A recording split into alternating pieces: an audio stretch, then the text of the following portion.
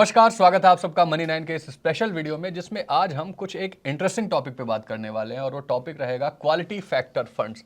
दरअसल पिछले कुछ समय में क्वालिटी फैक्टर फंड्स को लेके काफ़ी लोकप्रियता बढ़ी है, डिमांड में आए हैं, लेकिन एक्चुअली में ये होते क्या है और ये निवेशकों के लिए किस स्तर पे उन्हें इम्पैक्ट डाल सकते हैं, उनके लिए प्रॉफिटेबल हैं या नहीं, इन सारे मुद्दों पर बातचीत करने के लिए आज एक बार फिर हमारे साथ जुड़ चुके हैं मिस्टर संदीप ग्रोवर। सर, बहुत बहुत स्वागत है। बहुत धन्यवाद आपका। सर, सबसे पहले क्वालिटी फैक्टर फंड्स ये क्या है और ये अभी इस समय लोकप्रिय क्यों हो रहे हैं इतनी? देखिए, लोकप्रियता जैसे आपने कहा पिछले कुछ हफ्तों में अगर आप देखेंगे तो इनको लेकर जो पॉपुलैरिटी है वो काफ़ी ज़्यादा बढ़ती हुई दिखी है, क्योंकि काफ़ी सारे फंड हाउसेस हैं जिन्होंने सेबी के पास इस तरह के फंड्स के लिए पेपर्स फाइल किए हैं, अर्जी दाखिल की है। उसमें Tata BSc quality index fund का जो एनएफओ है वो अभी भी खुला हुआ है। आप चाहें तो 28 मार्च तक उसमें चाहें तो आवेदन कर सकते हैं। इसके अलावा और भी कुछ फंड हाउसेस हैं जो कि ऑलरेडी कतार में हैं, जिन्होंने पेपर्स दाखिल कर रखे हैं, वो अवेट कर रहे हैं कि अप्रूवल आ जाए सेबी का तो वो भी लॉन्च करते हो, जिसमें कोटक का नाम है, आईसीआईसीआई प्रूडेंशियल का नाम है, एसबीआई, एक्सिस एएमसी, ये भी इसी कतार में है कि ये जो क्वालिटी फैक्टर फंड्स हैं या फिर जो क्वालिटी इंडेक्स है उससे जुड़ा हुआ कोई फंड लेकर आना चाहते हैं। इनफैक्ट जनवरी में अगर आप देखेंगे तो वाइट ओक कैपिटल एएमसी ने भी एक क्वालिटी इक्विटी फंड लॉन्च किया था और ये देश का पहला actively manage quality theme factor fund था। 4 साल के लंबे अंडर परफॉर्मेंस के बाद अब ऐसा लग रहा है कि जो क्वालिटी स्टॉक्स होते हैं, जो कि इस इंडेक्स का या फिर इन फंड्स का जो मेन फोकस होता है, वहां पे कुछ तवज्जो वापस लौटती हुई नजर आ रही है। 2025 में फंड मैनेजर्स का मानना है कि जो क्वालिटी स्टॉक्स हैं उसके ऊपर फोकस बढ़ता हुआ नजर आ सकता है। यही कारण है कि इनकी जो पॉपुलैरिटी है वो बहुत ज़्यादा बढ़ती हुई नजर आ रही है। अब रही बात कि ये फैक्टर फंड्स होते क्या हैं, जी कहाँ से ये बातचीत आ गई, क्योंकि अमूमन बहुत कम ऐसा सुनने को मिलता है। देखिए, ये एक्टिवली मैनेज फंड्स का ही एक टाइप है और पोर्टफोलियो को जब कोई पोर्टफोलियो डिज़ाइन किया जाता है या फिर पोर्टफोलियो बनाया जाता है तो कुछ खास फैक्टर्स के ऊपर फोकस किया जाता है। उसके बेस पर अगर कोई पोर्टफोलियो बनाया जाता है तो उसे फैक्टर बेस्ड इन्वेस्टिंग या फिर फैक्टर बेस्ड फंड, अगर फंड लॉन्च किया जाता है तो फैक्टर फंड बोल देते हैं। और उसमें कुछ पैरामीटर्स अगर आप देखेंगे या फिर फैक्टर्स की अगर आप बात करेंगे तो वो कुछ भी हो सकता है। उसमें क्वालिटी हो सकता है, उसमें वैल्यू हो सकता है, मोमेंटम हो सकता है, लो वोलेटिलिटी हो सकता है। जैसा आपका रिस्क या फिर रिवॉर्ड का जो ऑब्जेक्टिव है उसको मीट करने के लिए, उसको हासिल करने के लिए इसकी मदद ली जाती है और इसी को क्वालिटी फैक्टर फंड्स या फिर जो फैक्टर फंड्स कहते हैं, उसमें क्वालिटी हो सकता है, वैल्यू हो सकता है, लो वोलेटिलिटी या फिर रिस्क रिटर्न के हिसाब से जो भी आपका एपेटाइट है उसका ऑब्जेक्टिव मीट करने के लिए जो क्वालिटी फंड्स हैं या जो फैक्टर फंड्स हैं उनको डिज़ाइन किया जाता है। तो कुछ खास फैक्टर होता है जी, एक फैक्टर को पकड़ के आप पोर्टफोलियो डिज़ाइन करते हैं, अपना रिस्क, अपना रिवॉर्ड, इसको लेकर जो आपका ऑब्जेक्टिव होता है उसको मीट करने के लिए ये फंड्स डिज़ाइन किए जाते हैं। जी, तो इस तरीके से मतलब एक कोई खास फैक्टर होगा जिसमें कभी रिस्क रिटर्न हो सकता है, कभी थीम्स हो सकते हैं, मतलब एक फैक्टर के आधार पे जो फंड्स बनते हैं बेसिकली उन्हें फैक्टर मतलब आप वैल्यू पकड़ लीजिए जी कि इस समय बहुत सारे स्टॉक्स सस्ते हैं, या फिर आप कहें मुझे तो क्वालिटी ही चाहिए, मुझे ऐसे स्टॉक्स चाहिए जो रेजिलिएंट हैं, जिनकी क्वालिटी बहुत अच्छी है, मैं उसके फोकस करूंगा। मुझे लो वॉलेटिलिटी यानी कि कम बीटा वाले स्टॉक्स चाहिए, तो एक पर्टिकुलर थीम होगी, मुझे मोमेंटम वाले स्टॉक्स ही चाहिए। तो ये अगर पर्टिकुलर फैक्टर लगा के आप इन्वेस्टिंग करते हैं या स्ट्रैटेजी बनाते हैं या कोई फंड डिजाइन करते हैं या फिर अपना पोर्टफोलियो डिजाइन करते हैं, तो फिर उसे फैक्टर फंड्स कह लीजिए, पोर्टफोलियो कह लीजिए, फैक्टर इन्वेस्टिंग स्ट्रैटेजी कह लीजिए, इस तरह से आप इसको डिफाइन कर सकते हैं। मतलब जैसे थीमेटिक फंड्स होते थे तो वो एक थीम पर फोकस करते थे, एक सेक्टर पर फोकस करते थे, लेकिन यहाँ पे फैक्टर फंड्स आपकी एक इन्वेस्टमेंट स्ट्रैटेजी में से किसी एक फैक्टर पे फोकस करेंगे। वो सेक्टर ये फैक्टर है जी बिल्कुल। चलिए आगे बढ़ते हैं सर। लेकिन आजकल ये बाजार में फिर से फोकस में क्यों आए, क्यों इनको लेके बातचीत फिर से शुरू हुई है और ये नए फंड्स क्यों शुरू किए जा रहे हैं? देखिए, हम क्वालिटी फैक्टर फंड्स की बात कर रहे हैं, लेकिन अगर आप ओवरऑल जो बड़ा सिनेरियो है जिसमें फैक्टर फंड्स को अगर आप देखेंगे तो बीते 1 साल में जो फैक्टर फंड्स हैं इनके एयूएम में आप देखेंगे ऑलमोस्ट 3 टाइम्स का जंप आपको नजर आएगा। पिछले साल के एंड पर अगर आप देखेंगे तो 14,000 करोड़ रुपए के आसपास के एयूएम थे।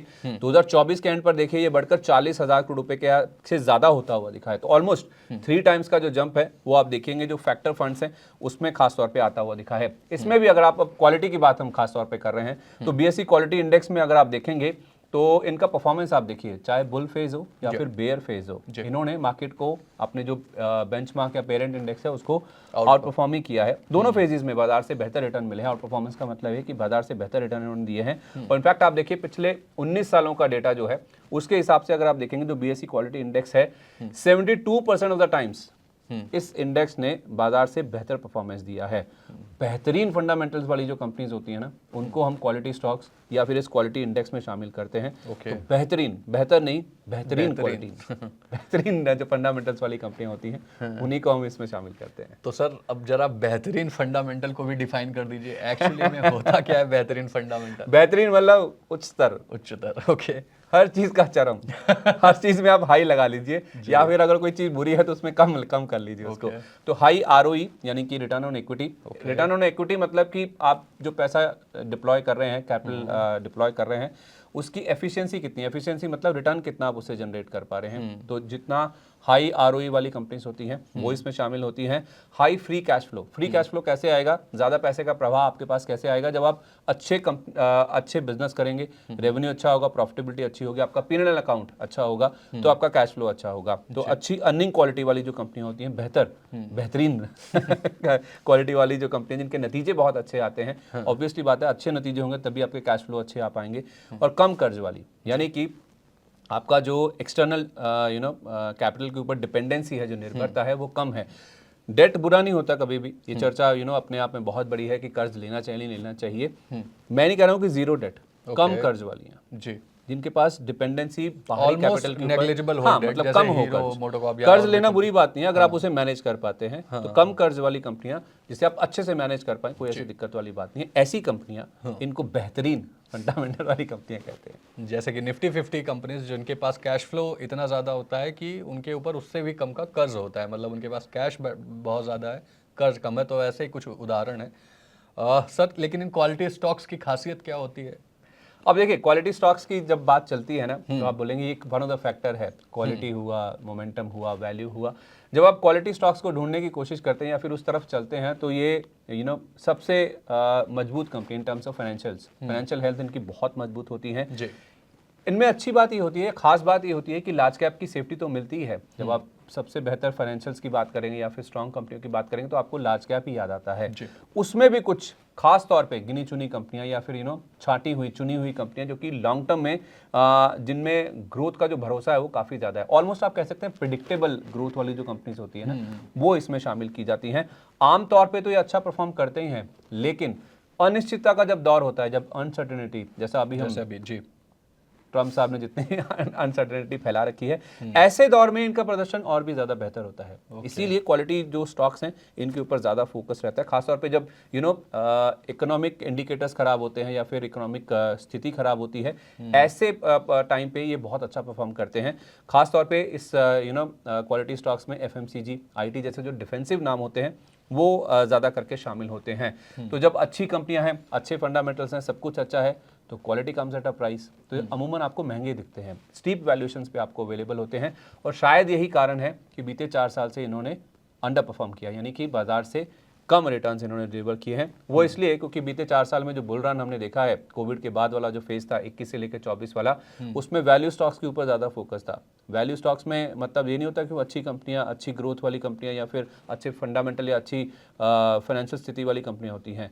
ये वो कंपनियां होती हैं जिनकी अर्निंग्स जो होती है वो कमज़ोर होती है और धीमी ग्रोथ होती है इनकी। लेकिन बुल रन वाले फेज में वैल्यू के ऊपर जब फोकस आ जाता है, तो पिटा हुआ स्टॉक कौन सा होगा जिसमें ग्रोथ कम होगी, जिसकी अर्निंग्स कमजोर होगी, लेकिन उसके वैल्यूएशन आपको अच्छे लगेंगे, तो वैल्यू वाइज वो अच्छा हो जाएगा। तो वैल्यू पे ही फोकस था पिछले 4 साल में, इसीलिए ये जो क्वालिटी वाले स्टॉक्स हैं ये पिटते हुए नजर आए हैं। और अब जब आर्थिक हालात बिगड़ रहे हैं, तो कमज़ोर ऐसी कंपनियां जो कि वैल्यू पे जिन पे ज़्यादा फोकस था, अब उनकी डी रेटिंग होनी शुरू हो सकती है, ऐसी संभावना है। ऐसा फंड मैनेजर्स का सोचना है, जिस वजह से ये जो क्वालिटी वाले स्टॉक्स हैं वो फिर से फोकस में आते हुए नजर आ रहे हैं। इनफैक्ट आप देखिए, जो निफ्टी 200 वैल्यू 30 इंडेक्स है, 2021 से लेकर 2024 तक इसने बहुत अच्छा परफॉर्म किया है।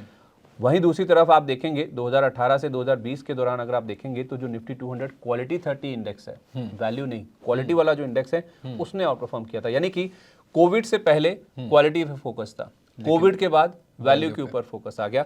और ये आपको दिख भी जाएगा, क्वालिटी वर्सेस वैल्यू का जो इंडेक्स का परफॉर्मेंस है ना, वो आपके सामने मैंने रखा है। वैसे तो जब हम फैक्टर्स की बात कर रहे थे तो हमने वैल्यू की बात करी, मोमेंटम की बात करी, क्वालिटी की बात करी, हमने लो वोलेटिलिटी की बात करी। इसमें आप चाहें तो निफ्टी 500 को भी शामिल कर सकते हैं, तो सबको मिला लीजिए, तो आपको मिला के देखना होगा। लेकिन केवल अगर आप क्वालिटी और वैल्यू को देखेंगे ना, मैंने ये रैंकिंग आपके सामने रखने की कोशिश कर रहा हूँ, कैसे in terms of all the indices कैसे ये परफॉर्म किए, इनका रैंक कहाँ रहा है। 2018 में आप देखिए क्वालिटी इंडेक्स नंबर 1 पे था रिटर्न के मामले में, 6ठे स्थान पे था 6 में से वैल्यू इंडेक्स।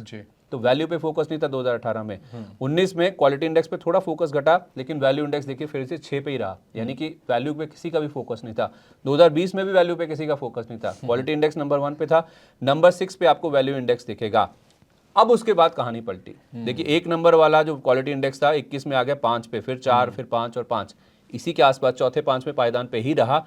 लेकिन पूरा जो रिवर्सल था वो हमने वैल्यू में आता हुआ देखा। जो 6ठे पायदान पे था 2020 में वैल्यू इंडेक्स, वो 3rd स्थान पे आ गया। उसके बाद 1, 1 और 2, यानी कि फर्स्ट या फिर सेकंड स्पॉट पे ही आपको वैल्यू इंडेक्स नजर आया। तो इससे आपको समझ आ जाएगी कि किस तरह से क्वालिटी से जो फोकस है वो शिफ्ट होके वैल्यू के ऊपर चला गया था पिछले 4 साल में। अब लोग कह रहे हैं, जो फंड मैनेजर्स हैं, फिर से ये साइकिल पलटेगा और अब वैल्यू के बजाय क्वालिटी के ऊपर फोकस आ जाएगा। जी, तो अब ये ट्रेंड चेंज होने की बात हो रही है, जिसकी वजह से ये क्वालिटी जो फंड्स हैं वो एक बार फिर से, क्वालिटी फैक्टर फंड्स एक बार फिर से फोकस में आ रहे हैं और कई सारी कंपनीज लॉन्च भी कर रही है। लेकिन सर, निवेशकों के लिए क्या ये फंड सही रहेंगे?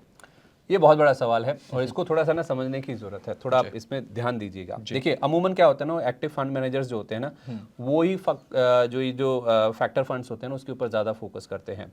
लेकिन जो स्टाइल आधारित या style based passive mutual funds होते हैं ना, उसमें जो क्वालिटी का जो हिस्सा है ना, ये वाला जो क्वालिटी इंडेक्स या क्वालिटी स्टॉक्स, क्वालिटी फंड्स का जो हिस्सा है वो काफ़ी छोटा है।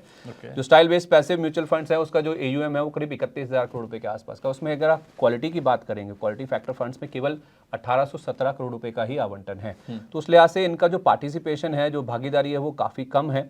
और इनमें एक चीज़ एक ड्रॉबैक होता है या फिर एक शॉर्टकमिंग होती है कि जो स्टाइल वाली या सिंगल या फिर फैक्टर आधारित ये जो स्मार्ट बीटा फंड्स होते हैं ना, इनमें साइकिल्स में रिटर्न आता है। जैसे मैंने आपको कहा भी, 21 से 24 पे दौर था पूरा वैल्यू पे और क्वालिटी पीछे पिछड़ गई थी। अब साइकिल शायद पलटता हुआ दिखेगा, तो क्वालिटी के ऊपर वापस जोर या फिर फोकस आता हुआ दिखेगा। तो ऐसे फंड्स में आपका पहला निवेश नहीं हो सकता। यानी कि जब आप स्टार्ट कर रहे हैं, आप एक नए इन्वेस्टर हैं, तब आप इन फैक्टर फंड्स पे या फिर स्मार्ट बीटा फंड्स पे या सिंगल फंड्स के ऊपर ऐसा फोकस नहीं कर सकते हैं। आपका एस्टैब्लिश पोर्टफोलियो है, आपको थोड़ा सा रिस्क मजा चाहिए या फिर आपको डाइवर्सिफिकेशन भी चाहिए फॉर दैट मैटर भी। आप चाहें तो इन फंड्स के ऊपर फोकस कर सकते हैं, लेकिन आप शुरुआत नहीं कर सकते इससे। This should not be your first investment, ये ऐसा फंड मैनेजर्स का कहना है।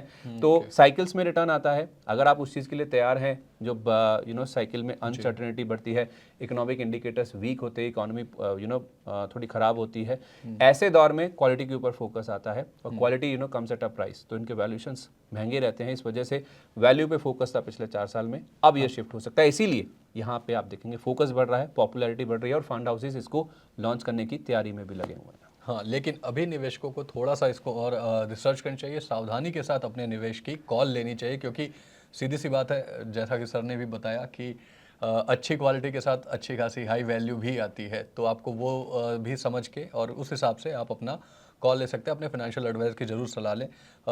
Thank you so much Sandeep sir हमारे साथ जुड़ने के लिए। और ये फैक्टर फंड्स क्या होते हैं, एक जो गुत्थी थी उसे समझ आया आपको? जी बिल्कुल, मुझे तो बेहतर तरीके से समझ आया। फैक्टर समझ आया? देखिए फैक्टर के शुरू जब आपने बीच में बोलते बोलते एक बार रुके थे फैक्टर फंड्स को लेके और वैल्यू इंडेक्स को जब आप समझा रहे थे, तो वो चीज़ मुझे काफ़ी हद तक समझ में आया कि ये जो सिक्लिकल रिटर्न होते हैं वो काफ़ी इंपॉर्टेंट है अगर आप इसमें इन्वेस्ट करना चाहते हैं, factor funds and value funds में। क्योंकि सीधी सी बात है, अभी तक पहले तक फोकस क्वालिटी पे था, फिर वो शिफ्ट हुआ वैल्यू पे, और अब वो एक साइकिल फिर से चेंज हो रही है क्वालिटी फैक्टर फंड्स की ओर। तो ये आपको साइकिल समझना होगा। ऑब्वियसली शेयर मार्केट एक सिक्लिकल बिजनेस है, ये कुछ ट्रेंड्स चलते हैं, कुछ साइकिल्स चलते हैं, बिजनेस का, इकोनॉमी का उतार चढ़ाव रहता है।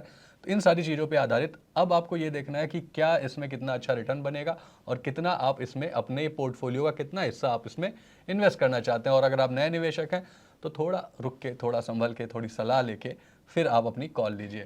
Thank you so much sir एक बार फिर से हमारे साथ जुड़ने के लिए। और मैं उम्मीद करता हूं कि आपको भी फैक्टर फंड से जुड़े सभी सवालों के जवाब मिल गए होंगे, लेकिन फिर भी अगर आपके पास कोई सवाल है तो वो आप कमेंट बॉक्स में जरूर शेयर करें, हम उस पर फिर से एक बार वीडियो लेके आएंगे। तब तक के लिए हमें दीजिए इजाजत और देखते रहिए मनी9।